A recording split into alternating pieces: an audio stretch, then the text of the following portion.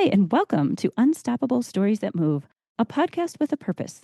Our mission is to raise money for medical research while shining a light on ordinary people who do extraordinary things, from everyday athletes and artists, scientists and survivors, caregivers and changemakers. These people relentlessly pursue their dreams, pushing through pain and setbacks. But why? Why do they do it? And what makes them unstoppable? I'm your host, Sally Head Dahlquist.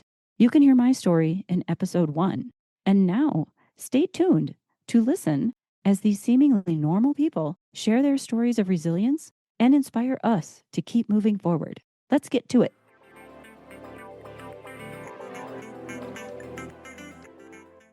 Hi, everyone. I'm Sally, your host, zooming in today from my vacation in Crested Butte, Colorado. Thanks for tuning in today.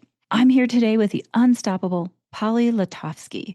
Polly is an adventurer, a traveler, and the champion of a cause. She is the first woman to have walked around the world, the entire world. It took her 5 years from 1999 to 2004, and she did it with a purpose, to raise awareness for breast cancer. But her dream was almost stopped before it started because she had a bad case of plantar fasciitis. She wrote a book about it in 2010, and there was a documentary made about her journey.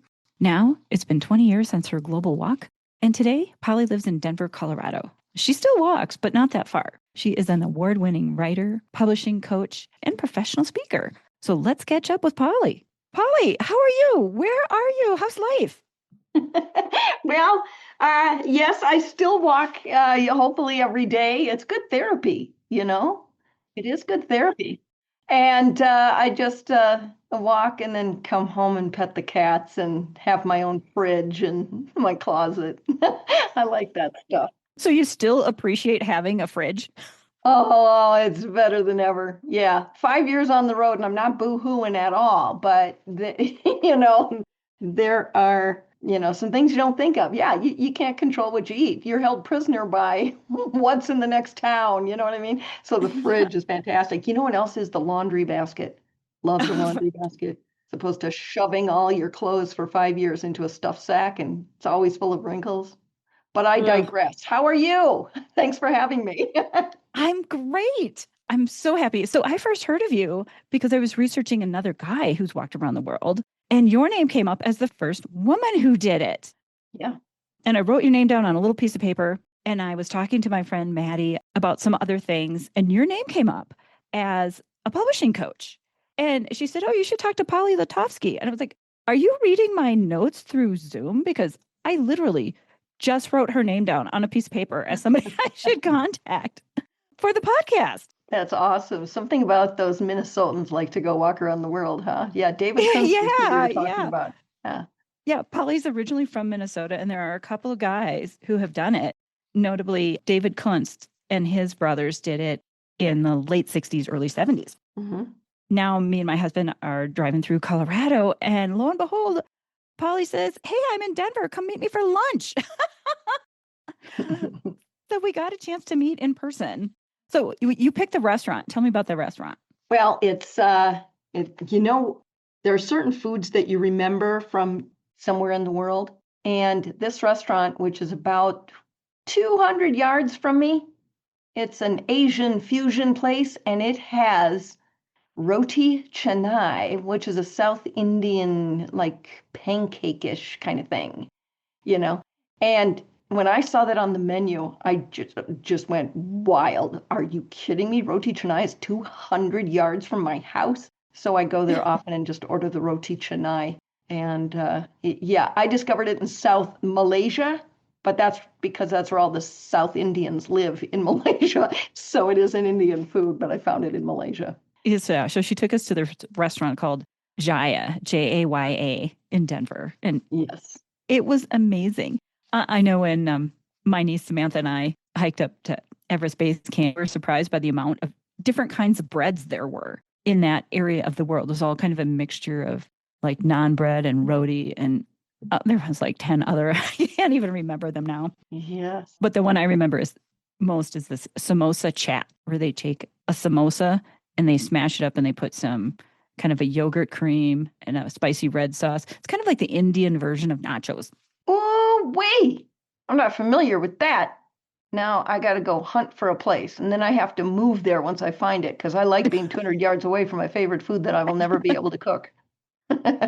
Mimosa chat. And your favorite was called what? A roti canai. Roti canai. Yeah. Yeah. Yeah. It's like an appetizer. That's what it is. Yum. It was delicious. Thanks for sharing that.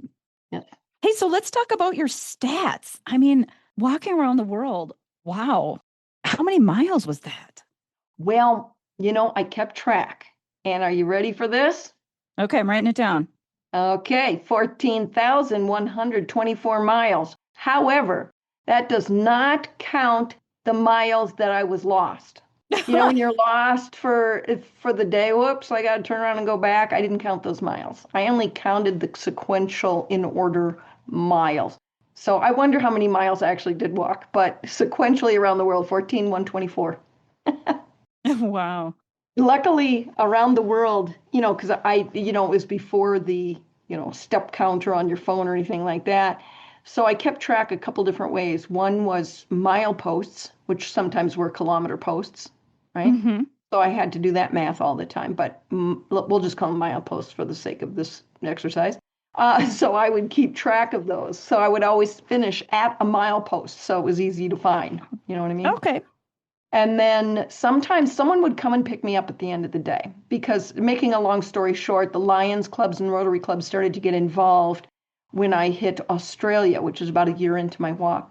Mm-hmm. And so they took great care of me, and they would come out and pick me up, and it might be 200 miles between towns, and it was nothing for these people to drive out 75, 85, 95 miles, pick me up, drive me home, feed me, and then pack my lunch the next day and go drop me off.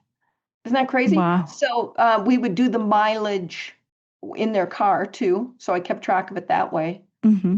Would they bring a tent for you sometimes to sleep in?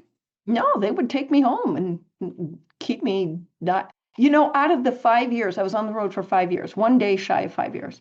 And out of all, so let's say that's what, 1,800 plus days, right?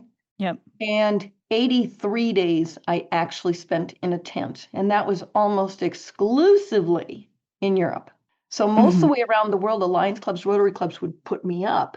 Yeah, so I had gone to great lengths to research the best camping gear on the market. I knew the REI in and out. I wanted my ashes thrown over the REI. I loved it so much. Yeah. And that Backpacker magazine comes out with the top camping equipment of the year, and I would just devour that annual magazine and got the best camping gear ever, and I never used it.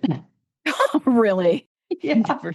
Yeah, I used the tent. Well, again, some of the stuff I used in Europe, and that was about it.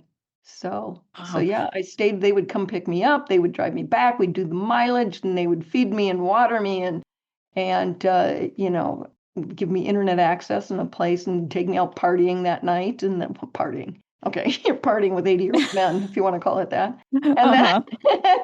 then drive me out to my starting spot the next day. Yeah. So. Oh. And then were you hungover sometimes? No, no, no. My partying is a tea and a big dinner. So no, they took great care of me all the way around the world except Europe. So Wow, amazing. So you started in Vail, you went through New Zealand, and then ended up in Australia. So it took you a year to get from Vail to Australia, huh? well, it was 3 months going from Vail to the Pacific Coast, and then I had lived in New Zealand prior. In the late 80s, early 90s, I'd lived in New Zealand for 5 years. So I had a great support system as I had arrived, and that took about 4 months. And then I had, you'll read about this because I know you're reading the book right now. Yep. Aren't you? I am. Yeah. So I don't know if you're there I know. yet, but I just got it, and I had brought it on this trip, not knowing meet Polly in person. So she signed it for me even. that's right. Well, what happened in a nutshell is that I had someone, I hired someone to manage my walk from stateside, right? Mm-hmm. Because I was getting sponsorships and I needed someone to be able to answer the phone and all this. Well, that relationship was just falling apart. So I had to stop at the end of New Zealand and actually go back and just get reorganized to have them have nothing to do with it. And my dad kind of took over that role. And so then I got organized to go on my own. So that whole process from Vail to Los Angeles, down through New Zealand, and come back to the States to get reorganized and then get to Australia. That was a full year. Yeah. You kind of had a restart there. Yeah, I did because, the picture in my head prior to leaving, the picture in my head since I was 12 years old is that I wanted to go walk around the world because I'd seen David Kunst walk around the world, saw his little picture in the Minneapolis Star and Tribune and thought, well, I could do that. I Yeah. could put one foot in front of the other. How tough could that be? So, Right. so I go outside and I walk around the house for like 3 hours. I walked around the house, like outside around the house. And I thought, great, proof of concept. I got, At I age can 12. do it at age 12. So from that point on, I thought I would, I was unstoppable, as you say. Yes, because I could walk around the house for 3 hours, so I'm set for the. But you said your dream almost didn't start because you had plantar fasciitis really bad. Yes, I did. Oh my gosh, it was horrible. So get a load of this. And this is something I don't really get an opportunity to talk about much, but I was living in Vail, so you're always out doing something. You're hiking up this mountain and that mountain and doing something. And my foot started really hurting, my heel and bottom of my foot, my right foot. And this is about 1 year, almost exactly 1 year prior to leaving. I went to a couple of doctors. And one doctor, just like a medical doctor, says, you have plantar fasciitis. There's nothing you can do about that. You have to learn to live with it. And I was like, oh, I don't think so. So I go to a podiatrist. He basically says the same thing and will give you some, what is that, cortisone shot or whatever. Cortisone shot. But it's not solving the problem. And then I see this ad in the paper for a chiropractor who, in fact, I knew. And this ad says chiropractic isn't just for backs, it's for whatever, elbows and knees and blah, blah, blah. And he mentioned plantar fasciitis. I was like, shut up. So I go and I visit him and I said, listen, I will give you $1 million if you can fix my plantar fasciitis because I've got big plans for this foot and I need it fixed. He says, yeah, we can fix that. By now, I'm feeling a little like everyone else has said they can't fix it. And I said, what makes you think you can fix it when these other doctors and podiatrists say they can't? And he says, because I know how. It's about alignment and strengthening. It's like, oh, okay. He said, heads up, it's going to take a long time and it's going to hurt. I said, let's get going. Yeah. Anyway, because I have to scrape off scar tissue from the bottom of your foot. There was kicking and screaming and swearing, crying, a little, physical violence. Yeah, there was all kinds of things going on in fixing that plantar fasciitis. Did they roll it or did they use one of those scrape? Like you didn't have surgery, did you? No surgery. It was a scraper. And so that's what hurt so bad. But anyway, and then I had to ice it and exercise it and da. So I was going in 3-4 times a week. And 2 months before I left on my walk. Mm-hmm. And when I look back on this, I'm like, man, I must have had the faith because I could walk, I could walk around work and I could walk, but I couldn't train. I couldn't go for a walk. I couldn't hike. I couldn't, you know what I mean? I could just walk around. And so 2 months before my walk, it was June 1st, 1999. And I go to my chiropractic appointment. He straightens me all out and does the scraping. And he says, this is held in place for a couple months. I think you're ready. I want you to go for a walk tonight. I want you to go walk 2 miles. 2 miles. Mm-hmm. And I said, okay. So that night I go walk 2 miles and I was in such pain and agony because all the muscles have changed places and they're throbbing, the muscles that hold the ankle together and they've all been sort of rearranged. And weakened and not used to it. Right. So I had to strengthen them anyway. So I call him, I can't do my walk. And I'm ready to ask for my job back and everything. Anyway, he says, you're just fine. You're just fine. Knock it off. Quit your bitching. He basically did. And I was like, okay. And sure enough, he got me customized insoles and I haven't had a problem since. So he's a chiropractor up in Vail. And so when I went to do a speech up there, I got one of those big checks, Yeah. I presented $1 million. I Oh, said I'm in for everything except that little one over there. The zeros, the commas, I'm in. So I yeah. made that little presentation to him when I did a speech up there. But it really is that when I look back now, I mean, it was painful and all the rest of it, but I must have had some serious vision because 2 months before I walk around the world, I still couldn't walk. So That's determination. yeah, that's Yeah. really something. And a lot of people struggle with plantar fasciitis too. I know they'll wear a boot at night to hold their foot in place so it doesn't Yeah. kind of regress. Do you do anything for it now? No, no, I'm fully healed. It was painful, but I did it. It did take 10 months for sure. But yeah, I Wow. did all those things. I did all the exercises. I did the boot. I did, gosh, all the icing. But that's not going to do anything unless you're actually aligned properly. So I took care of all of that over the 10 months. Wow, that's very encouraging. Yeah, and there are different treatments today. There are different treatments today, is so you don't have to go through that whole thing.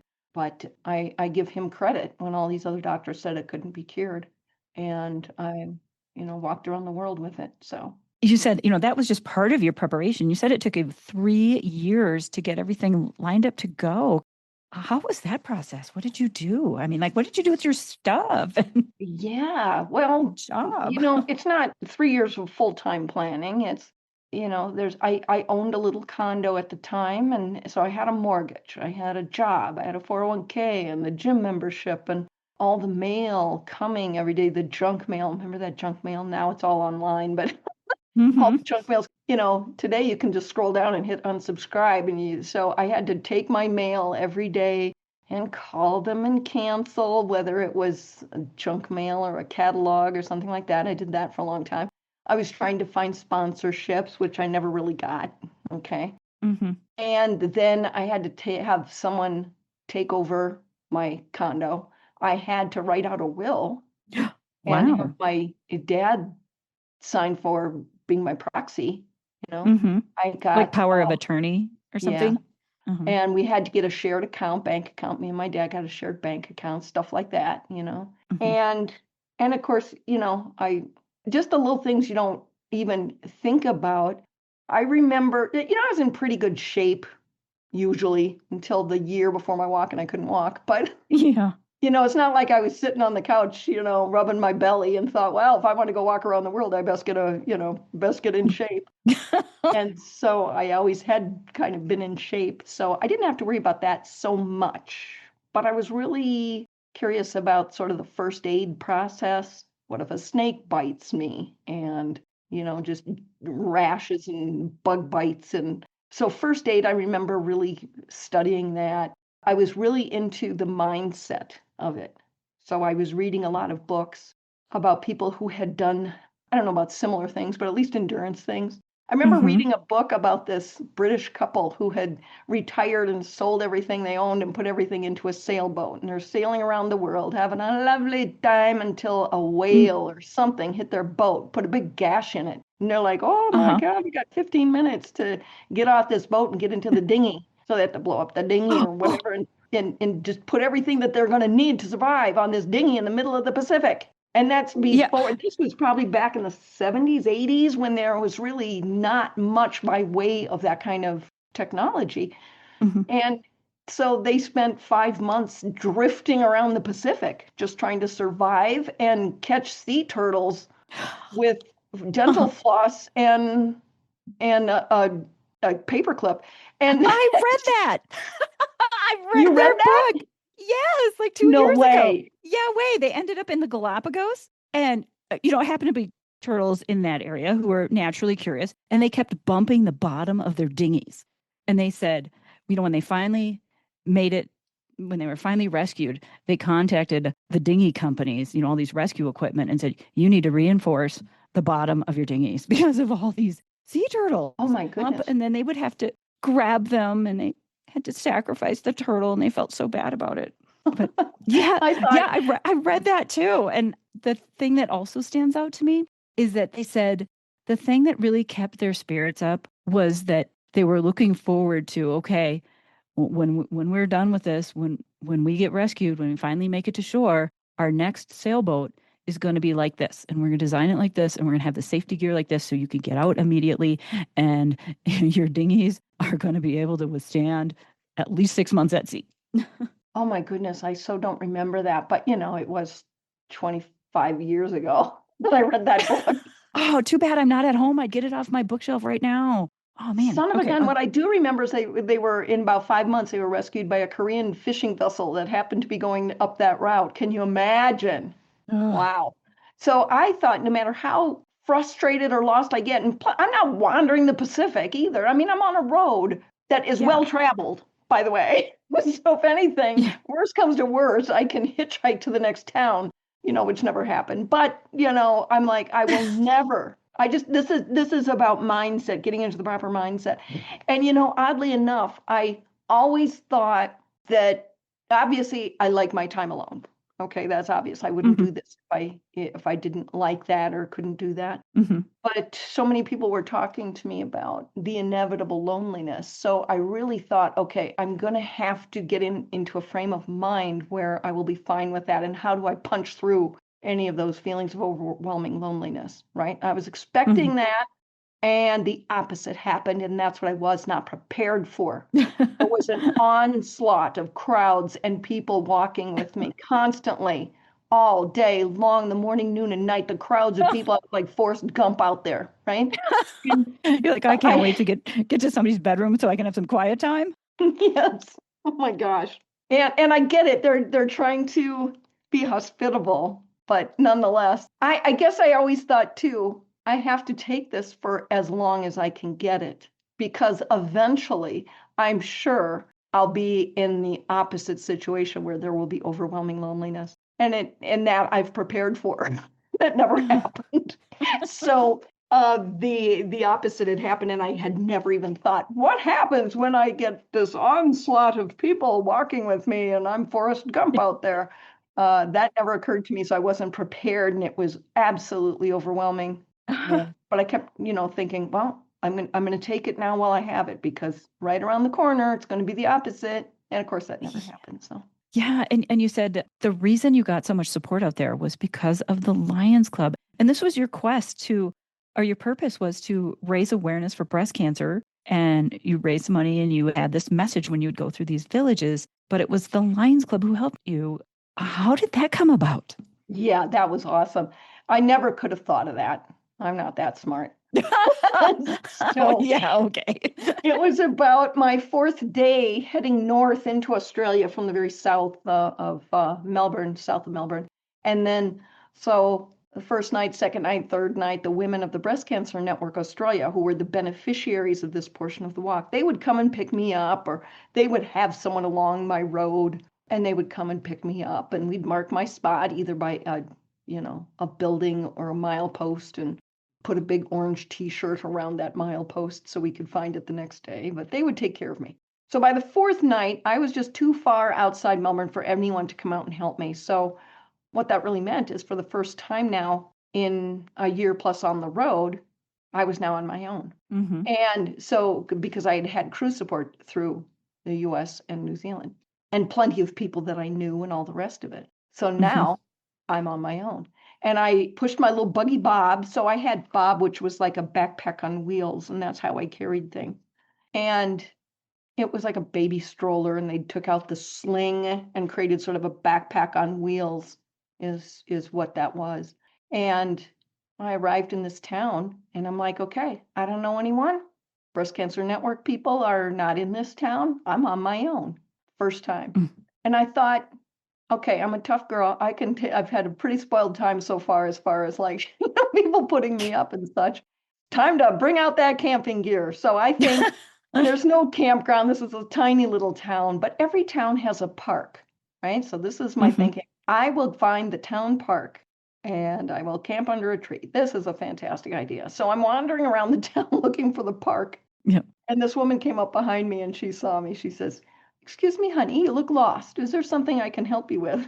It's like, Uh, "I'm looking for the town park if you have one." And she heard my funny accent. She said, "Well, what are you doing here?" So I told her what I was doing, introduced myself, and she said, "Well, fancy that. she said, let me introduce myself. My name is Margaret, and I'm the president of the local Lions Club. Oh, the Lions Clubs have got to get involved with it. Come home with me. And I said, okay. So I pushed my little buggy Bob, and we followed Margaret home. And this is when the internet was brand new. Email was brand new, all the rest of it, right? So she got me on a computer with the email. That was a big thing. And in the meantime, she called all of her Lions Club buddies and said, meet us at the pub. And so sure enough, the pub was packed.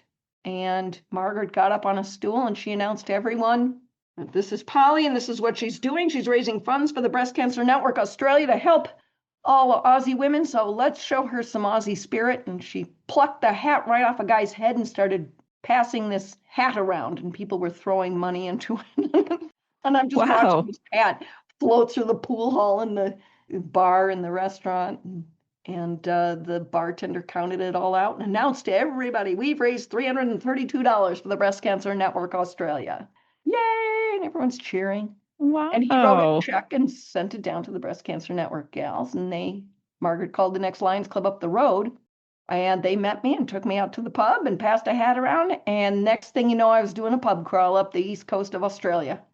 So it's about a 2,000-mile pub crawl up there. And that's how the Lions Clubs really, I mean, at first it started out just as a grassroots day-to-day, town-to-town passing. Mm-hmm. And eventually then I got to Sydney, which was about 2 months up the road. And I met this guy who was an international representative, wasn't the president, but the international representative for Australia within the Lions Clubs International. And I called for a meeting with him, and he agreed that they would get on board. And so that allowed us to start planning a little better because I had his blessing.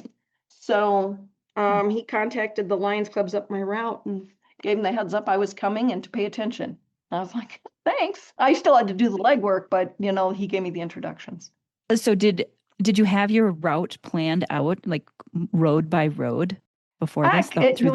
It's like building a house. It's like you got a blueprint and then things start changing and all of a sudden you're like, okay, well, I want a door here. And now it's the day of, okay, which door do you want? Which way do you want it to open? Mm-hmm. What's the doorknob style you want? I mean, it gets more specific as you get closer to town.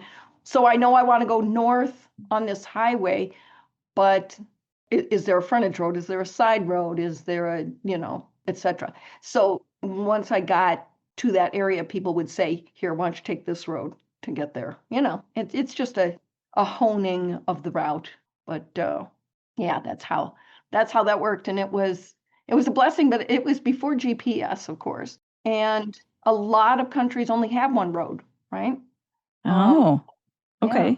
So Australia essentially has one big road, one big highway that goes across the country, but certainly with some exceptions. But that's about it. If you want to go up the East Coast, there's essentially one road until you hit towns, and then it splurges into many options. But I found that if I went off the main road, then more apt to get lost. Mm-hmm. And as the Lions Club started getting more and more heavily involved, they started doing the fundraising for me. So I was always making plans with people that I haven't met in a town I've never been to. And so the plans were like, okay, 3 weeks from now on Friday, 4:00, I'll be in your town. They're like, well, where do you want to meet? That was also, where do you want to meet? Like, I know anything about that town. Yeah. I said, listen, is there a McDonald's in your town? Yes, there is. Well, the McDonald's are always on the highways, right? So I said, is it on the north end or the south end? It's on the south end. Great. I'll meet you at that McDonald's on February 12th, 4 p.m. And sure enough, man, I was always on time. Every single time. I was never, ever late. I knew how to pace myself. And and a lot of people at the time didn't have cell phones. Cell phones were really just becoming a thing. And so that's how I would make the plans. Great. So yeah, that was fun. I knew my paces and I knew how to get to a McDonald's 3 weeks from now at 4:00. This is my great skill. Yeah. And did you have a sat phone or anything? A what? A satellite phone? Well, let me tell you something. So I was doing my planning in 97, 98, 99, right? Yep. And we were all just getting these things called cell phones, and they were block phones, Nokia and Ericsson phones, right? Those were the big Yeah. brands, right? Hmm. And I thought, well, I need an international, a way to make international calls in case there's an emergency, right? Because cell phones didn't call internationally yet, and there was no texting yet, and this kind of thing. All those things happened very fast while I was actually on the road. Technology really moved fast during those 5 years I was on the road. But nonetheless, Hmm. I had a friend that worked at Ericsson. I was like, man, you got to get me a satellite phone. You got to get me a satellite phone. It took like a year to get them to agree to give me a satellite phone. And it Oh, came in a really? big ass box. And so I lug it to New Zealand with me. And then once I got to New Zealand, it was like, then cell phones started to become international. Hmm. So I never used it, never used it. So I had, for a year, I was begging for that sponsorship Yeah. from And getting, Ericsson. I don't even know where they are now. wow. I think the texting started when I was like in Malaysia or something. So what? Not quite halfway through, but even then, the texting was very, very big in Southeast Asia before I think it even hit the US. So if I would text a friend in the US, they wouldn't have known what the heck that sound was. So I heard something on my phone. Yeah, I don't think I was texting. I think 2005 is when I started texting. Is that right? Yeah, Yeah. had a flip phone, you know. And then they were having Oh, contests to see how fast people could text that's because you right. had to do it on the keyboards. That's right. That's right. The phones that I had, you could have the same phone, but you had to exchange what's that little The SIM computer card chip? thing. SIM card, yeah. So I had this plastic bag full of SIM cards, right? Oh. Because especially in Europe, when you'd cross a bridge over a river and then you're in another country, it's like, oh shoot, I'm gonna stop, change the SIM card. And then you'd cross back again, oh shoot, I'm gonna change the SIM card. And that was funny. But yeah, I think I still have that. I think I have a plastic bag full of SIM cards. But yeah, in the different countries, I could keep the same phone and then I would just go and get a SIM card with a new phone number for that country. That's how I dealt Okay. with it. So you had to get a new phone number. Yeah, yeah. New phone number, but I could keep the same phone. Hmm. What do you think intrigued you about this walk? What made you so passionate about it? And for the breast cancer cause, what was going on? Yeah, I think it's definitely a mix of a couple of things. One, it was very personal. I just wanted to go and explore and genuinely test the human spirit. I always liked that idea. Hmm. I would always go for long walks as, a kid and through my 20s. And, someone pointed out one time that, walking is really good therapy. I bet you're pretty healthy mentally. I was like, I don't know. If not me, then who? But Yeah. but I always liked, even as a kid, to go explore. Of course, I'd explore with my buddies, hey, what's up that alley? What's around that block? Let's go another mile up the road on our bikes. We're 6. Yeah. Yeah. So, I mean, it's not the same world, right? So climb that tree and jump on that roof and yada yada. So the exploration, the curiosity, the testing the human spirit, I was very, very into that. And then when I saw David Kuntz do this, that's the seed that was planted. It's like, well, that's how I can go explore the world. That's how I can Mhm. do it. I think at the same time I was really into stamp collecting. So, Oh, when you're into stamp collecting as a kid, you get all the stamps around the world. I'm like, where's yeah. Germany?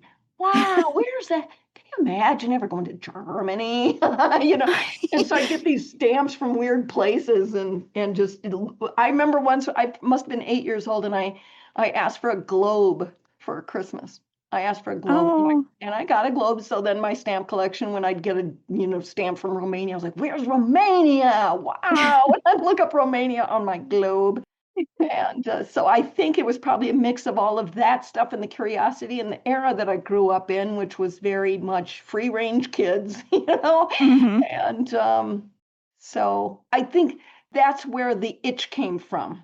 Okay, so that whole intersection. And regarding the breast cancer, I had traveled pretty heavily, the backpacker, year rail pass travel that one does in their 20s.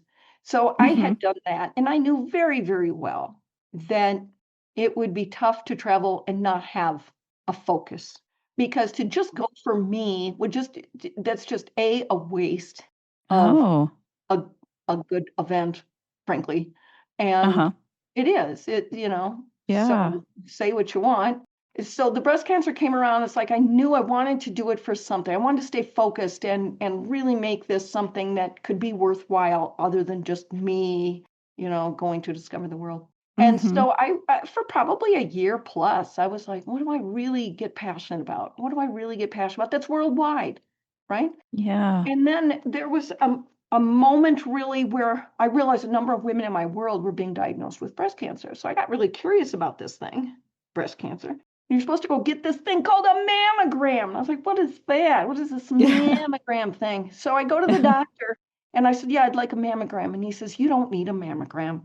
He said, it doesn't run on your mother's side of the family, so don't worry about it. You can't get breast cancer. That's What? what a doctor said to me. That Yes, is a true, load of true crock. story.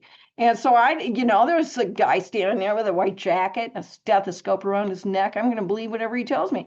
So I went, awesome. Don't have to worry about that. So I go back to work and I'm like, yeah, can't get breast cancer. Don't need to worry about it. And my friends at work were like, what? Reacting like you did. Of course you can get breast cancer. What the hell are they talking about? Every woman in the world is at risk for getting breast cancer. And Yes. it's everywhere. It's everywhere. So anyway, this was really eye-opening, you know? Something so big. Mm-hmm. It's not like this obscure disease. Yeah. So that night I was walking home from work. I had a 2-mile walk home every night. And I was just thinking about the day, as you do. Mm-hmm. And I remember exactly where I was when I had that moment, that aha moment. It's like, Yeah. that's what I'll do that walk for. Breast cancer is everywhere. I loved that it was a woman walking for women. And Mm-hmm. and it really was something I could sink my teeth into. Yeah. So I loved the idea right away. And I'm so grateful that that episode in my life came around because it really did work out great and it gave me a cause that I still work for. So there you go. So some bad advice Some led very bad you. advice, yes. And I decided that it's also a great insurance policy that I could never possibly get breast cancer because that would be the irony in that would be too much to bear. Well, the women out there who basically have no chance of getting breast cancer are the women who have breastfed for 10 years. And breast cancer was often called the nun's disease because it was so prevalent among nuns because they don't have any children. So Hmm. women who don't have children, women who've never breastfed children have a higher chance of getting breast cancer. I remember this one woman came running after me. I was walking up in Queensland, Australia, which is just desolate, right? This woman stops behind me and she gets out of her car, and it was an older woman, okay, Mm, 70s. And yep. she was a very big-breasted woman, and she was running after me, Polly, Polly, oh, I heard you were in town. And so she stops. I have to tell you this story. I was 28 when I had breast cancer back, whatever, 50 years ago. But I got to Oh, tell you, even then, they knew exactly what to do. And then she lifts her shirt up and she said, look, I look great, don't I? wow. Wow. And what are you going to say? You can't say, yeah, they're great. Thanks for showing me your tatas. I know. Just like, hey, that's great. Thanks for running after me. So, yeah. I suppose you didn't consider that happening when you were planning your walk. No, no. The characters on the road, I started keeping track of them Yeah. because, you can't make that stuff up. There was one guy also in North Queensland, Australia, who was a fruitarian. A fruitarian is someone who only eats fruit, okay? I never heard of that. Yeah, a fruitarian. So he was skin and bones, long, long beard, maybe 2 teeth, and I'm being generous. And he came running after me. Yeah, I've been reading about your story, and I got to tell you, I think we'd make a great couple. I think you Wow. should stop your walk, and you should marry me, and we can live happily here in Queensland as fruitarians. This is true story. Wow. This guy Proposal. a proposal. I was like, well, I'll think about that. I'm out here alone on a road, right? Yeah. What am Yeah. I supposed to do? Did he So bring you a ring or anything? No, but he did come twice. So I think like the next day or 2 days later or something like that, he found me again. And Wow. but this is when the Lions clubs were heavily involved, so I told them about it. So they were kind of keeping an eye on me, keeping me away from my new fiance, the fruitarian with my. He said, "You don't know Well, much about it. It's a very healthy diet." And I'm like, "Dude, you got no teeth." I don't know how healthy this is. well, Yeah. oranges are high in fruit, sugar. Yes, they are. And You're a woman traveling I alone, and you got a yeah. marriage proposal. Oh This yeah, happened to yeah. me. This happened to me too in September. I got many marriage proposals across Oh, India. Many marriage proposals. Yeah. They would introduce me, the Lions Clubs of India, when they were introducing me to someone, they would introduce me as Polly, the unmarried Lions Club member from America. That's how they would introduce oh, me. And they had a big wow. sign one time, and he was, "Welcome, Polly, the unmarried Lions Club member." Yeah, and I've been told, forewarned that this is how they're going to introduce you, and I was like, yeah, I don't know, I can't imagine that. Sure, a doggone enough, that's what they do, and it made me howl with laughter. Yeah. Yeah. Well, I myself got a marriage proposal last September. And of course, I was traveling on my own for the weekend in Detroit Lakes, Minnesota. My husband couldn't make it that weekend. It was a quick trip. I was doing a race up there. And I had stopped at one of the trolls. They built the trolls in Detroit Lakes. And I'm in my camper van and I start chatting with this guy about the camper. And he's like, "Will you marry me? Are you single?" I'm like, "Oh, darn. You know what? I am married. But if I weren't, that's a good offer." Tempting as that is. It was really sweet. I'm like, "Oh, Yeah. at least I still got it. You know, Okay. I'm in my 50s and I got a marriage proposal." I was very excited about it. I got a backup plan. I did tell Mike Yeah. about it, that he's got to stay the straight and narrow, or, I got options. That's right. Yeah. If anything else, you can head to North Queensland, Australia. North and marry a fruitarian. A fruitarian. That's how you say it. Oh, Fruitarian. a Yes. fruitarian. Did he tell you what his favorite fruit was? No, but he kept going on about how healthy it was. And of course, I'm looking at him going, "This is not the picture of health there, Mr. Freely." But yeah, I mean, if I had like a journal, a collection of the characters that I met around the world, there's some great ones, but those are examples. There was one older couple that I stayed with that collected grandfather clocks. They had grandfather clocks all over the house, up and down the stairway to the basement and across the kitchen and the whole thing. And so every hour on the hour, all the clocks would go. I don't know how anybody sleeps. I certainly didn't. Every hour, ding, ding, ding, all over the house. So yeah, there were certainly some funny characters. And I thought, if I ever write a sitcom, I'm keeping track of these characters. You can't make this stuff up. Yeah. Oh Yeah. my God. So it was really more about human nature. I had a ball with the inadvertent study of human nature. Really. I thought it was hysterical because it's the hobbies. It's Yes. the lifestyles from house to house to house to house around the world, village to village around the world, and the characters that you meet, and the diets, the way they raise their children, and their lifestyles from, well, we don't eat breakfast, and we don't eat vegetables, and we only eat. There's one guy, I have this great picture in my head. He had three candy bars in one hand and like another candy bar in the other hand. And he was like, "Do you want one?" I said, "No, thanks. I really have to watch what I eat." And he's like, "I am tempted to contact your mother and tell her you're not eating." And this dude has four huge king-size candy bars in his hands. And Wow. you know what I mean? So that's what I mean by, the hobbies and they're hysterical things that you never would even consider. This one guy collected Matchbox cars and he wallpapered his walls with Matchbox cars up and down and around the house. And his Oh. wife said to him that the kitchen was a car-free zone, Matchbox car-free zone. So I mean, poor wife, poor wife. I'm sure the moment that dude dies, she's like, come in here, take what you want. I wonder if she knew he did that before they got married. That I did ask her that. Did you know about this? She's like, yep, I knew. She Okay. knew. She knew. Yeah. Can only blame herself. So it was very interesting. I love the characters around the world. I really got a kick out of that. And the foods around the world. And even in India, I was, of course, getting proposed to all the time. That was funny. And I was walking through the center of India, which is a very tribal region. They'd never seen a white person before, let alone a white woman alone. This was outrageous.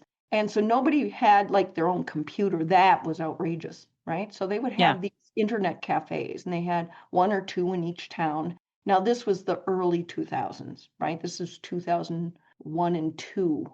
Yeah. And so I would stop at an internet cafe, and oftentimes in India, particularly in the tribal regions, the electric will just pop off. And so I'd be halfway through like a long email, and then poof, shoot, doggone it, Yeah. So I got better at short, quick emails, and then people would advise me against going to the internet cafes. And I was like, well, why? He says, because you will interrupt the village life for hours. Oh, okay. You create a hubbub, a stir. Exactly. You're intriguing. They would surround the place, and so I wouldn't have been able to get anything done anyway. And not because, I'm some like rock star, but it's because I was a white woman alone. That was and unmarried. This was outrageous. So they wanted to get a look at that. Oh, I experienced the same thing when my niece Samantha and I were in India. We went to the Taj Mahal, and the group we went with the National Geographic group. We were able to borrow sari dresses so we could dress up in the Indian attire. And a lot of people did this, even if you weren't from India. Everybody did it. It was pretty cute. And, she's got mousy blonde hair, and she's small like I am. She's only 5 feet, but, she's younger than I am. And the Indians would flock to her. She just looked so cute and attractive to people, inviting. She looked very non-threatening. And what we learned is a lot of people who go to the Taj Mahal are from the outer areas of India. It's a tourist destination for the people. So a lot of those people have never seen white people before. And so they would just come up to Samantha and want to take their picture with her and shake her hand and talk to her. And they did it with some of the other of us Westerners, but more so, they really gravitated towards, it was cute. It was nice. They were so friendly. I don't know that I'd call that friendly. I was it wasn't friendly for you? No. Did it feel threatening? Oh, yeah. Oh, yeah. Oh, okay. Very uncomfortable. As opposed to Thailand, and I would say that's friendly. It was very different. And I think this is really a lesson in humanity. But in Thailand, you still might get a crowd, but they're all smiling and, giggling and waving. And in India, it was a stare down, Oh. I don't know if threatening was the right word. I don't know that I felt threatened, but there was a stare. No smile, just a stare. And hard and long and lots of them. So it was very uncomfortable. So I don't know if threatening is the right word, but yeah, that's the difference. And our tour guide did tell us that people would do that they would stare at us a lot because a lot of people hadn't seen white foreigners before. Right. Yeah, and they would come up to you, but they were shy about asking to take a picture.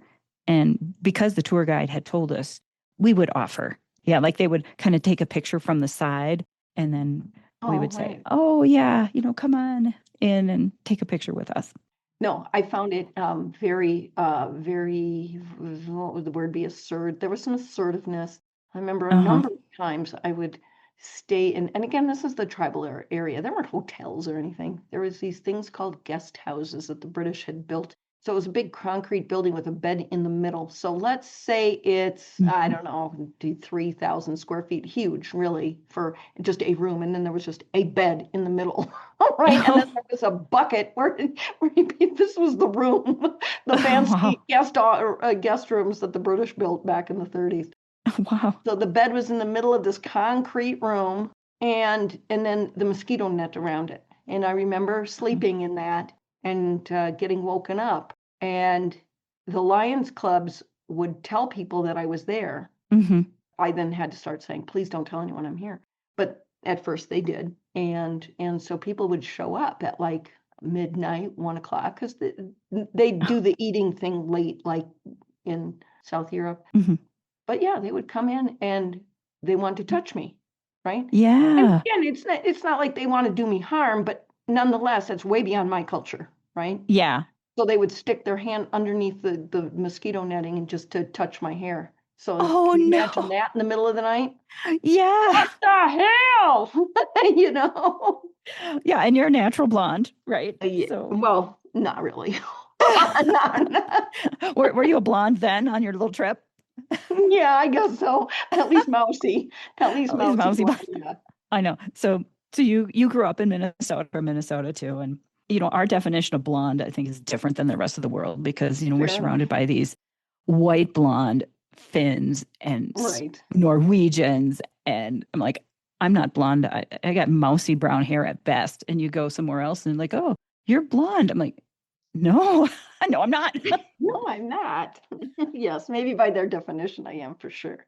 Yeah, but I was certainly not looking my best. So, That would be really creepy at 1 a.m. to have somebody yeah, putting yeah, their hand underneath your mosquito netting. yeah. The miracle really is that I didn't get sick. That is a Ah, miracle. This right. people can't fly over India without getting sick, and I did survive that. It was really amazing. I feel blessed to have had that mosquito netting in each of the guest houses. But to get into the guest house in those villages, you had to go in front of the town, the equivalent of a mayor, anyway, whatever that was. Okay. I remember Yep. one time the Lions clubs take me. They're like, you have to get permission. And I was like, oh, okay, what does that mean?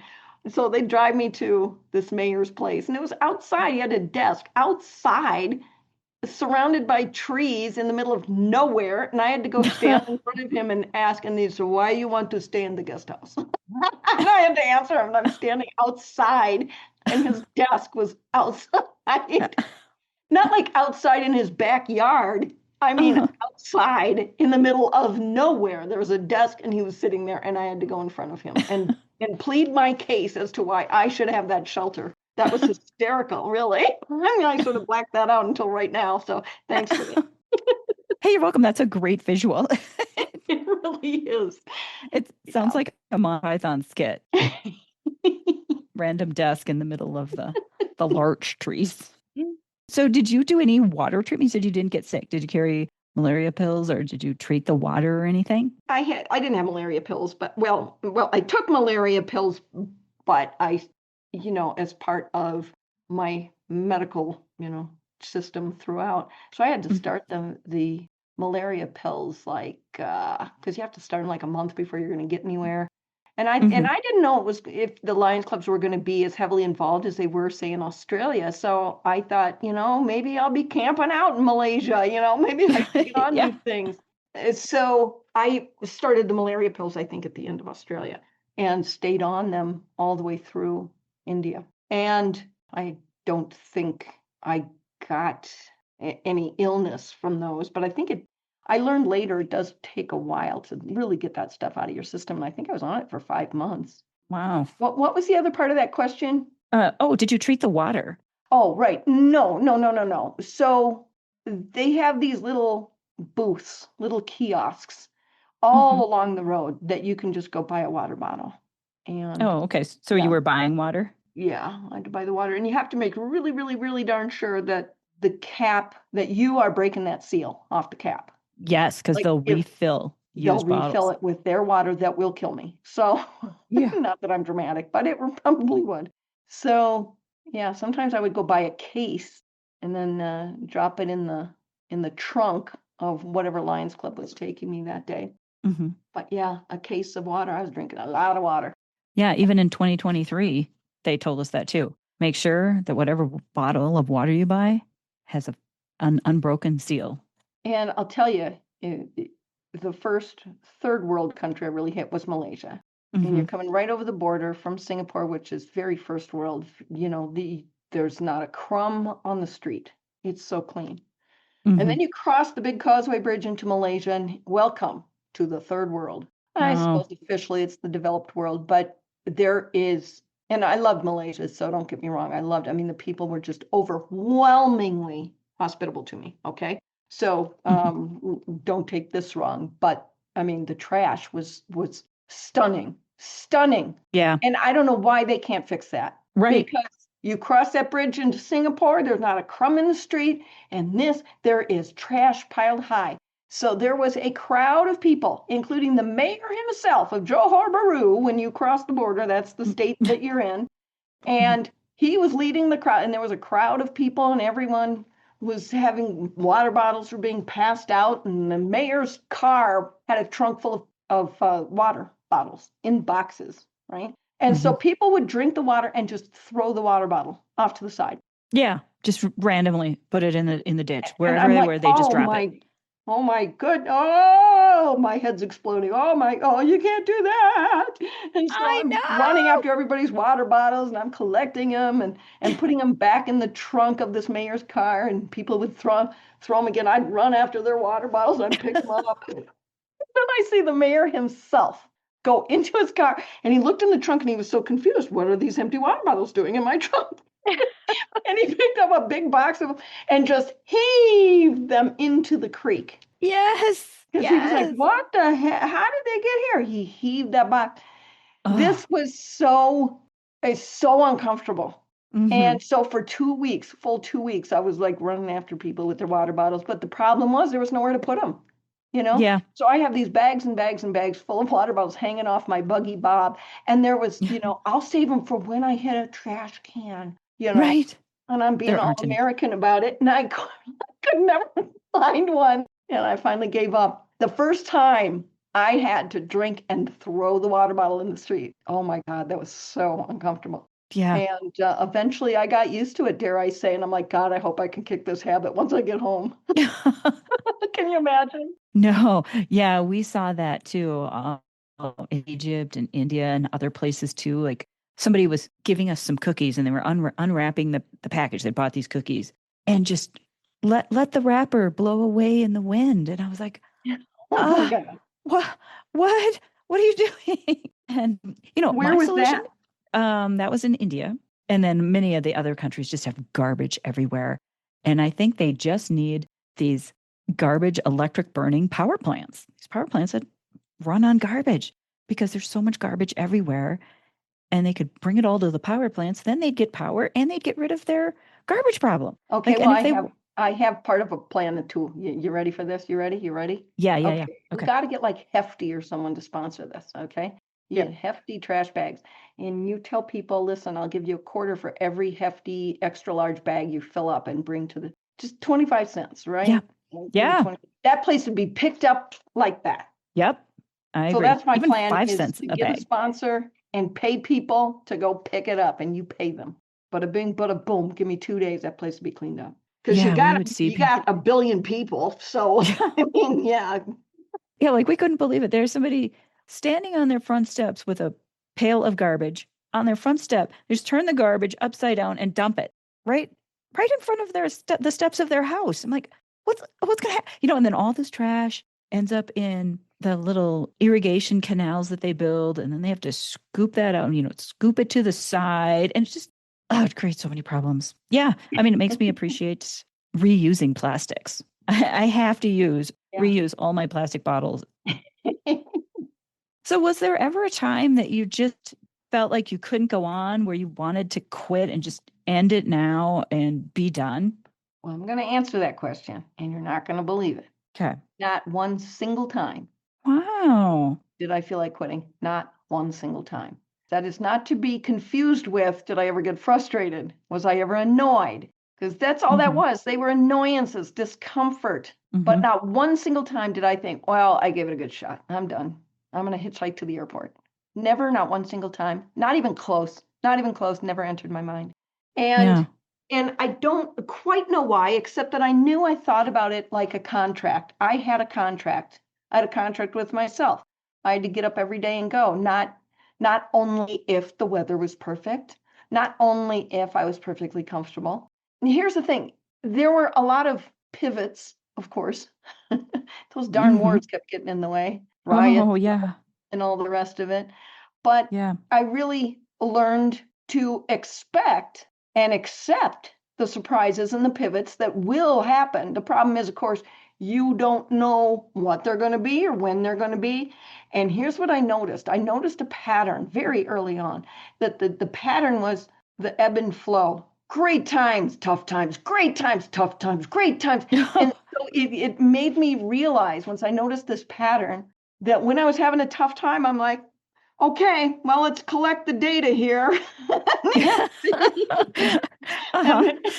and figure out what I'm going to learn from this. Here we go. Because I always knew I was Yep. going to come out of it. A storm has never stayed right overhead, ever, right? Yep. So I knew I was going to climb out of it. But the problem was then whenever I'm having a great time, everything is going well, the weather's perfect, I'm healthy, da da da da da, everything is great. I'm like, oh shit. Here we go. We're going to plummet here very shortly. So, I truly believe, though, if you can learn to accept and expect the surprises, Mhm. then it will be the greatest skill that you can ever attain, ever. And that goes for anything big in your life, whether it's marriage, raising kids, starting a business. Do you expect to do Mhm. any one of those things and not hit a hurdle in the way? Like a Yeah. surprise? That's not the exit ramp. That's the, okay, well, here it is. I knew it was coming, didn't Yeah. know how it was going to present itself, but this is it. Let's go. Yeah. I know with my business and kind of life in general, I kind of got to the Yeah. point where, I'm not getting emotionally involved in problems. You know, I like that.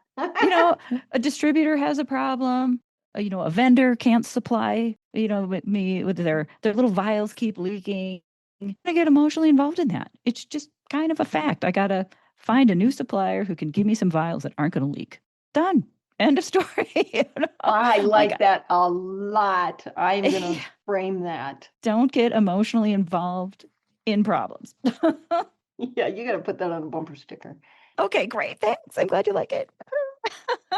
See, we can both learn things here. Yes. Learn to expect and accept the surprises, the pivots, Mhm. and a storm will never stay overhead. I'm telling you, it's the best skill set to have. Can you Mm. imagine, seriously, if you lived a life where everything went perfectly all the time? God, that'd be great. You would freak out if any tiny thing went bad, you know? Right. And there's Hmm. plenty of people out there in our world today where one thing goes a little off, and then they totally overreact. I'm like, what are you? Wow, first world problem, man. So Yeah. Yeah. so I think that's one great thing that age gives you too. It's like, this will pass. This too shall pass. Yes. This too shall pass. This too will pass. Stop getting emotionally involved with these things. So Yeah. And one of your lessons was you'll always find a way around the obstacle. I love that. yeah, and sometimes it's with help. So let's say when I enter Malaysia, my first Muslim country, Mhm. and I'm a little American girl talking about breasts, and then 9/11 strikes, Oh, and right? where were you? You were in Malaysia when that happened? Yeah, yeah. Wow. And if you can remember back to those very first days, we didn't really know what was going on, Yes. right? And we didn't quite have the 24-hour news. I guess we had CNN. I think that was 24 hours at the time. Wasn't it? CNN was, and Yeah. CNN International, but I think that was all. We didn't have all these other channels and whatever. I certainly didn't have access to it. And the BBC. Yes, yes. Everyone was like, you got to fly home. You got to fly home. I'm like, well, first of all, there ain't no flights. So Yeah. chill out. But this is one of those situations, I swear to God, where I was like, okay, okay. I knew something was going to happen, and this is it.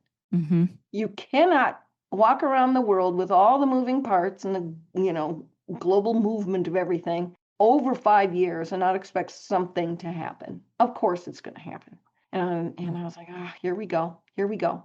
Yeah. Okay, keep it under control here. So at this time, Lions and Rotary were heavily, heavily involved.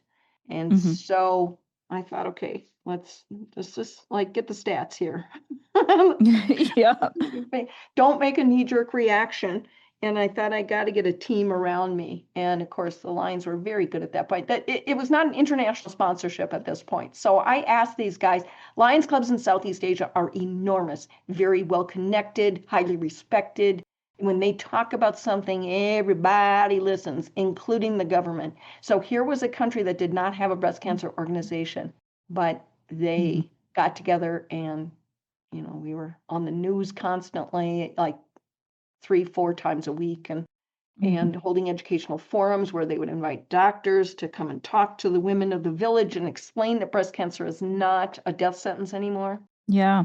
And so when 9/11 struck, the US State Department put out this warning to all US nationals overseas to keep a low profile. Yeah. So Yeah. the press had to stop, and the educational forums had to stop, and all the sort of hospital PR visits had to stop, and any press conferences, they all had to stop very suddenly. And yeah, I decided that I asked the Lions clubs one morning, I said, do you guys think you could help me contact the International Lions Club president and ask if he would consider an international sponsorship for this global walk for breast cancer? And they said, okay, well, we'll give it a shot. And then they met me that night and they said, he loves the idea, he's in. So, this is what he wants from you, and he'll take care of this and that. And so as 9/11 and the immediate ensuing aftermath was going on, I had that foundation underneath my feet, so to speak, of now an international sponsorship as I continued through the latter half of Malaysia, which is very conservative Muslim, and then into Thailand and across India. Yeah. And then you had to go through Turkey after that, right? You didn't. Through Turkey. Did you go through any of the Arab countries? No, I couldn't. I couldn't actually. 9/11 happened, and then the aftermath of the war in Afghanistan. And if you recall, the Daniel Pearl, the Wall Street journalist, was kidnapped and beheaded there in Pakistan. I was already talking to the Pakistan Lions clubs, which is very popular there in Pakistan. So I was already talking to them. They were waiting because I was, in Malaysia and then Thailand as I was talking to them. And the war in Iraq was now rumbling. It hadn't started yet, but anyway, they closed the borders down, so I couldn't. And today we still have embargoes with those countries too. You can't do business with them. Oh, no kidding. No, I didn't know. Yeah, no foreign trade with the countries. There's a list. The U.S. government has a list of countries you're not allowed to do business with. And so with my business, we would have to watch that. Oh, okay.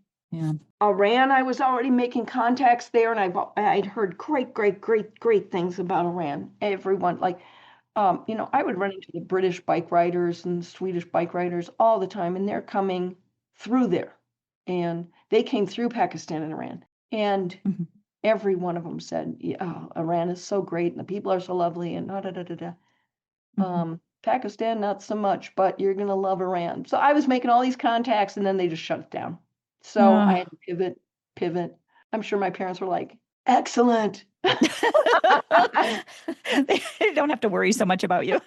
Right, going through Pakistan and Iran. Did you check in with them often? I did.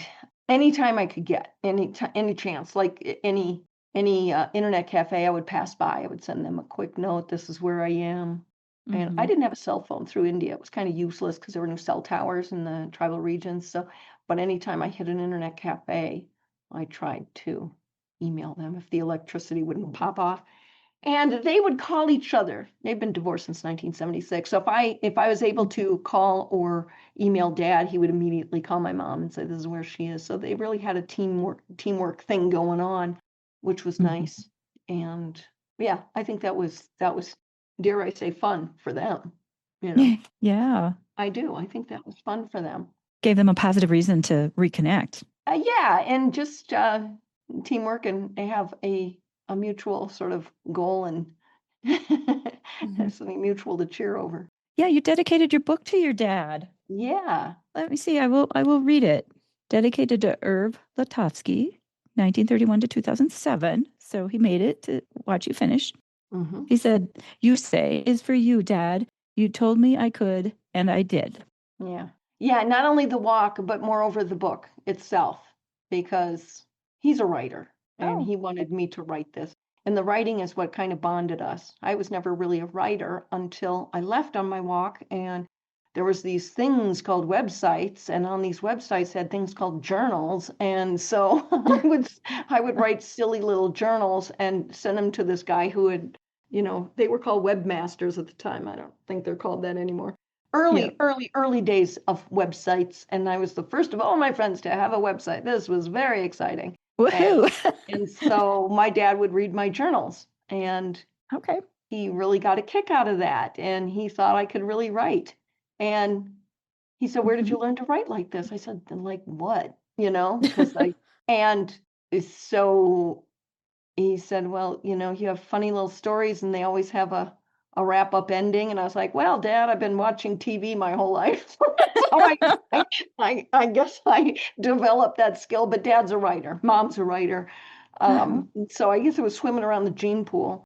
But Mhm. writing is what sort of bonded us while I was on the road. And then when I got home, he's like, "You gonna write the book?" And I was like, "I don't know, Dad." Oh my gosh, I remember this one time. I had two jobs and I was speaking and so I just had very little time to write the book. And I would Yeah. dabble, you know, but it's an enormous task to take a 5-year journey and cut it down into a legible book. Yeah. And so I remember one time I talked to him and he said, "How's that book coming along?" And I said, "Dad, can't I just get a ghostwriter to write it?" Oh my God, you'd have thought that I just stabbed him, in the heart. Oh. And I hear the silence on the other end. He's like, "No, No. you have to write it. It's your voice. It's quirky. It's funny. Yeah. Okay, well, then my dad announces that he's sick. He's got liver cancer. Oh, no. And so I'm like, my brother calls me, you know, he's like, "Dad really wants to finish that book." I said, "I'm on it," you know, I was Yeah. pounding away. And so I would send Dad chapters and he would giggle and, edit them and send them back. And so this was our thing, you know? Yeah. And he was not around to see the finished product, but it really did bond us, and all the journals along the route certainly did. Mm. So yeah, so I thought I really wanted to dedicate it to him, and I mean he missed it by 3 years, so it's not like it was in a couple of weeks or something. Yeah. I promised him I would finish it for sure, and I wouldn't have a ghostwriter. Couldn't you imagine what a stupid idea that was? I mean, seriously. No, I had to do it. I had to figure it out, and I did inch by inch. I figured that thing out. Which led to your career that you have now. Yes, Y it did. your Yeah. experience with the publishing industry. Tell me about that. Well, of course, it took me 5 years to walk around the world and 6 years to write the book about it, and I finally got this manuscript, and I thought, "Well, what now?" Right? And I'd been reading about how to publish a book, and now this is in the, late noughts, I guess, 2007, 8, 9, Mhm. and I don't want to pretend that big traditional houses were throwing themselves at me. They were not. But I was talking to two of them, and Mhm. both of them said, "Well, we really need some romance." What about all those marriage proposals? Exactly. I should have said that. Well, that was fruitarian. And Yeah. in Northern Australia, we had quite a romance there on the side of the road. But it really, I think, as I look back on that era, it really was coming off of the eat, pray, love Elizabeth Gilbert phenomena, right? Oh, yeah. Mhm. So you single women traveling the world and having romance, and this is what the world wanted, apparently. So I'm like, well, Yeah. wasn't it? Do you want me to just make it up? And both of them were like, no, no, you can take some literary license. I was kind of horrified because my dad was surrounded by writers his whole life, and of course, I would talk to him, and they're talking about how the publisher would just suck the soul out of it. That's what they would say. Would suck the soul Oh, out of it. Um, wow. yeah. And so when they said that, those words came haunting back. They're going to suck the soul out of it. I'm writing one book, right? It Yeah. is. It's a monster task, as you know, right? Mhm. And I decided. Well, I don't know if I decided is the right way to say it. Um, I made a promise to myself when I sat down to write the book that I was going to tell an honest story, even when it made me look bad. Okay. Yep. Plenty of situations where I was looking bad, overreacted to something, lost my patience, couldn't accept a culture, whatever. Okay. I just had to be honest about it. Who the heck wants to read a story where everything is sunny all the time? And so I just had to talk about that stuff, to which I've gotten some bad Amazon reviews. She expected everything to go so smoothly. I did not. Knock it off. You wonk. No. Jeez, Lou. Anyway, so when they started telling me I have to start adding things that didn't happen, I was getting really twitchy, right? Yeah.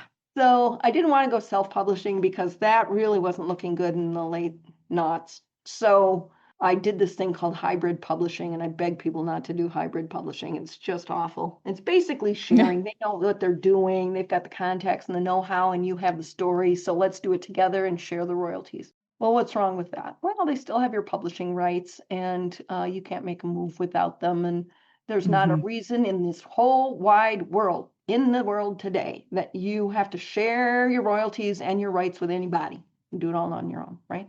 I didn't know how to do it. Anyway, so I signed up with this gal this publisher locally who was a hybrid publisher. Biggest mistake of my life. But at this point, some might say it was the best thing that ever happened to me because it was just a really, really, really bad mistake. And I'm very clear to tell people there are mistakes and then there are ripoffs. Yeah. And this was a little bit of both. Okay. I mean, you can make a bad decision that wasn't a ripoff. It was just a bad decision. So anyway, I got out of that situation, what was so horrible, because I had to break the contract. Right? Yeah. I had to break the contract. I tried to do it through an attorney. She was never answering anything. Finally, the attorney says to me, here's your choice. You have to work things out or run for your life. I'm like, okay, I'll take option B, please. I'll run for my life. So I did. I had to break the contract. And I went and did it by myself. But I'm like, well, what now? So there's this class nearby about self-publishing. I'm like, oh, all right, I'll go to that class. Oh my goodness, 2-day class. And my world just exploded. Here's the thing. And this was now 15 years ago. And what was happening in the publishing world is all these big traditional publishing houses were downsizing and going out of business and merging and specializing. And in the meantime, all the people in those worlds were flooding into the self-publishing world. So you could now have editors, cover designers, layout designers, even marketing people that were working in the big publishing world that have flooded into the self-publishing world. So you could now produce a book that could run alongside any New York Times bestseller. Well, this got me so excited because I wanted to put out a really good book, I'm doing it once. and I wanted to do this journey in this very unique era in history. I wanted to do it justice. So I figured it out and I published a book by myself, started my own publishing company. And then I started helping other people because you learn by your mistakes and, well, don't do it that way. Don't do it this way. Here's how you should. And for 2 years, I was meeting people at the Paneras. And I've got my charts and my graphs and my checkings and the list of people to work with. And then one day, I swear to God, it happened like this. I met a friend for coffee who's in the publishing business. She did layout design. We're having coffee, and I said, I really want to start a business where I manage an author's project, but I have no rights to anything, and the author maintains all rights and control and royalties. That's the model I want to do. She says, oh my God, you should do it because they're asking me everything. I don't want to do it. So story. And remember, people are calling me all the time now anyway, because the world's starting to glow up, as the kids say. And so this gal calls me. Her name is Barbara Oliveria. She calls me. I understand you could help me self-publish. I said, yeah, I have a proposal for you. Meet me at the Paneras. So she says, yeah, I have this romantic comedy and I want to write. I said, yeah, let me tell you something. I've been doing this now for 2 years, just helping people, and I really want to start a business. Would you be my first beta test girl? She says, okay. Well, that book went on to become a movie at the Hallmark Channel. Our very, very first book won 2 national awards and became a movie. And that was the fall of 2012. And to date, we've done just over 1,100 books. Wow. And we now have a posse of 40 editors and 5 cover designers, layout designers, and we're submitted into the U.S. Congressional Record in the fall of 2022 as a new publishing model that helps protect authors. Oh, what was the name of the movie?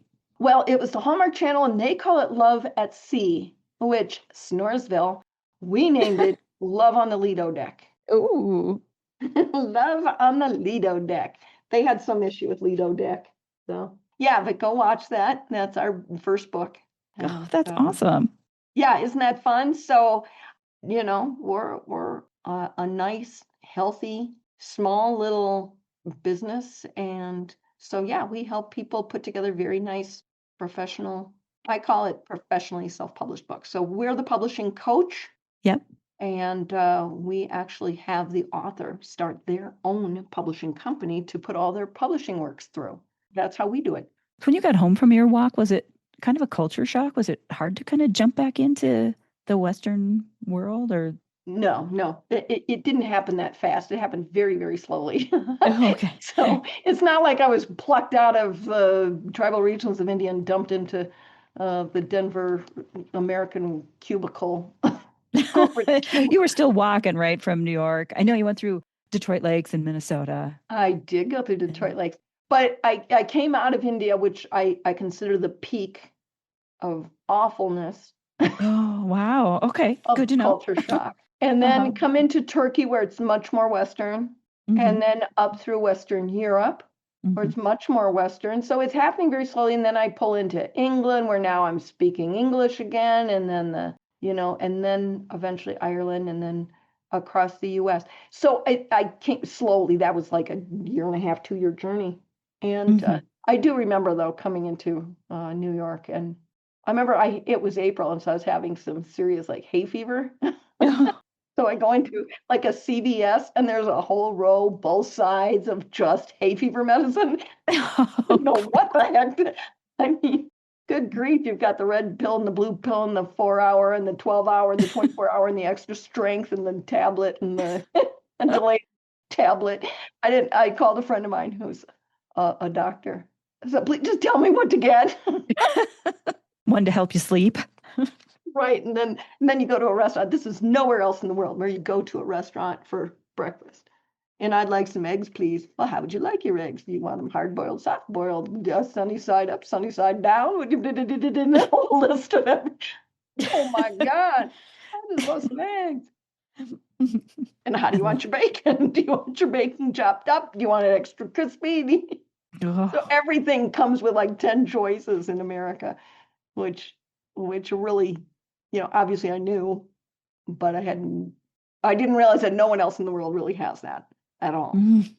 So Options. We have yeah, options I in had the those US. options, man. Those options really threw me walking down that CVS aisle. Yeah. People have commonly ask you, would you do it again? No, I would not do it again. I would not do it a second time. There is no way you could not pay me enough. Okay. Mm-hmm. Does that mean I regret doing it? Oh, hell no. There is no better education than, and that means personal, spiritual, and book smart, kind of education Yeah. than walking around the world. There's just no way. There's no way you can have a better education. In your book, you gave a recommendation that instead of going through all these business colleges, Mhm. that the kids should walk through these communities and actually talk to the mayors and the families like you did. Yeah. Yeah. What an education, and to be so immersive in each place where you can't help but learn the language Mm-hmm. and talk to people. I remember one time, that was in Australia, this mayor came and walked with me. And we're walking on the sidewalk, and he's telling me we're about the town, and then we walk, all of a sudden the sidewalk ends and we're walking on the road. And it's dangerous. There's not even a shoulder. Mm-hmm. And he took note. He's like, wow, this is really dangerous. There's nowhere else to walk, and there's no shoulder. And he's like, I'm taking note. I'm going to do something about this. And that he just walked with me for probably an hour, and he made Yeah. those notes. So there is something to be said about just walking and realizing Mm-hmm. about your town. I thought that was really interesting. I walked with teachers in Kansas and telling me what's going on in their industry. And Mm-hmm. I remember one time, get a load of this. This was one of my life's biggest lessons. I was in Australia, and it was Northern Australia. So you're not hitting towns, they're far Mm-hmm. between. And I would stay, it's farming community as far as the eye can see. And there was a strike going on there. I don't know what was going on with the strike, but all I needed to know is that there were two sides. And I would stay with a family on one side of the strike. And we're sitting down at the table and they're telling me about their side and the other side. And I'm like, yeah, well, how dare they? I'm like, I'm on your side. Oh, for sure. Oh, they stink. Yeah. And then I walk to the next farmer and I'm sitting at their table. They're on the other side of the strike. And I'm like, they didn't tell me that. Rah, rah, rah, rah, I'm on your side, right? And then the next town, I'm staying with them, sitting around the dinner table, having conversations with people on both sides of that strike. And this went on for a week. And that was the most amazing lesson, especially say in today's political climate, right? Yeah. To sit and talk to people around the table. And they'll realize, no, you didn't hear that part. No, and you didn't hear that part. And you didn't hear that part. And you didn't hear that part. So isn't that an amazing lesson, though? Yeah. Perspective and listening, and that there's always another side of the story. Game changer in my life, for sure. Yeah, my goal is to just understand both sides of each story. People. Yeah, and it's tough. It is tough, but that was a life lesson for sure. Just sitting there listening at the dinner table. Yeah. What do you think was the biggest change in yourself? I'm more disciplined than I knew, and I knew I was a disciplined person. I mean, I ran. I was a runner in high school, and a runner, I mean long distance, right? Not those sprinters. You know what it takes to be disciplined as a runner. Yep. Right? So I'm more disciplined than I knew, and I have more patience that I left with, for sure. And I learned how I learn. I don't, the classroom ain't for me. That classroom setting, oh my God, I swear to God, I remember this, okay?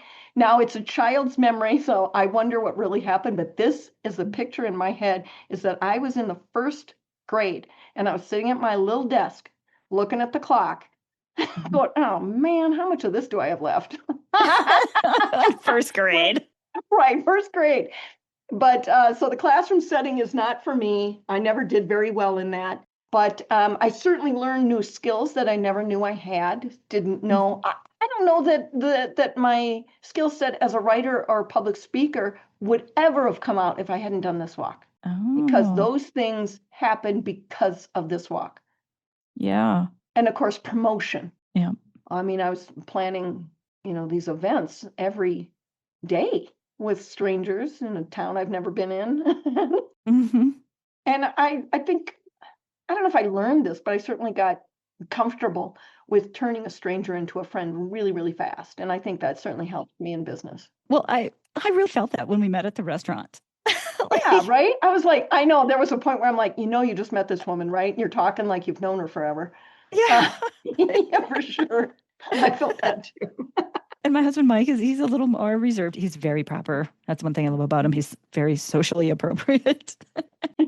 Socially appropriate. And I was like, wow, Polly's really cool.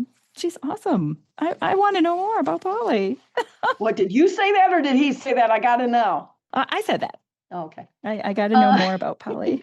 He liked you too. I think ultimately those are some of the things I learned, and how to pivot pronto. Like let go, and pivot.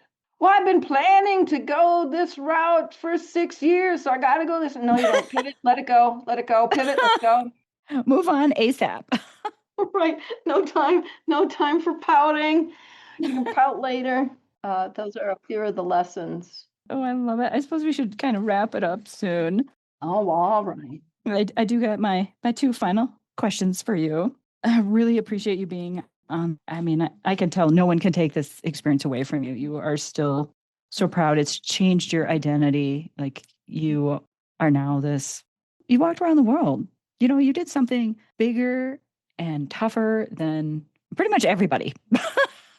You talked about other people. I walked across America, and you're like, no, that's so cute. Isn't that cute? I hate to one up you. Yeah, I hate to one up you. Yeah. Yeah. When people say they biked across the country, I'm like, aw, isn't that sweet? Bless your heart. Bless your heart. Your heart. And I love that you did this for a cause too, that what you did really made a difference. You raised over $250,000 and you're involved with another charity now too, financially. Your sense of security charity. So women in the Colorado area could get a little bit of financial help as they're going through breast cancer treatments. Is that still active? Oh yeah, yeah. Sense of security was started by my friend Vicky, who came and joined me, what, 3 times? She Mm-hmm. visited me in New Zealand, Australia, Turkey, and Pueblo, Colorado, so 4 times. Yeah, okay. And she had breast cancer, and some friends of hers had breast cancer, and people were saying, "Oh, so and so has to lose her house because she Yes. got sick." And so eventually Vicky, when she got well, she started Sense of Security, which is an organization that helps women financially going through breast cancer, but not with the medical bills. There are other organizations for that. They wanted an Yes. organization that helps pay the bills while they're going through treatment. For example, childcare, someone to Yeah. come and clean the house. When you're going through radiation, you can't have a dirty house. And Yeah. just to get to radiation, you got to go to what, every day for 6 weeks. Yes. And so, you can't be driving yourself, so you got to take an Uber. And what if you live out in Podunk? Yeah. So, and the food, and it just bills like that, right? And oddly enough, my friend Vicky passed away from breast cancer. It finally got her on the 4th round, and Oh, yeah, so she passed away, and we always had, I don't know, we always had a good time.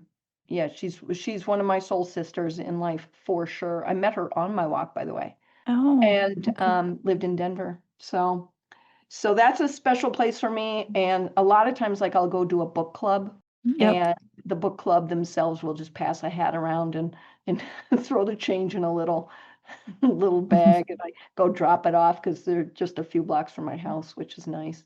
But Oh, yes, wonderful organization going on. Gosh, when did that start? That started in 2000, so I guess they're 26 years old now. yeah. So, Yeah, thank you for asking about that. Yeah. yeah. So if people want to donate to that, the website is Sense of Security. .org. And like your global walk, my podcast here is a podcast with a purpose to help raise money for medical research. So like you said, yeah, there's a Oh. lot of funds out there that can help pay people's everyday bills, like babysitters, and Mhm. funds out there that can help pay some of the medical. And my fund is to help support the back end research that happens to help develop new drugs.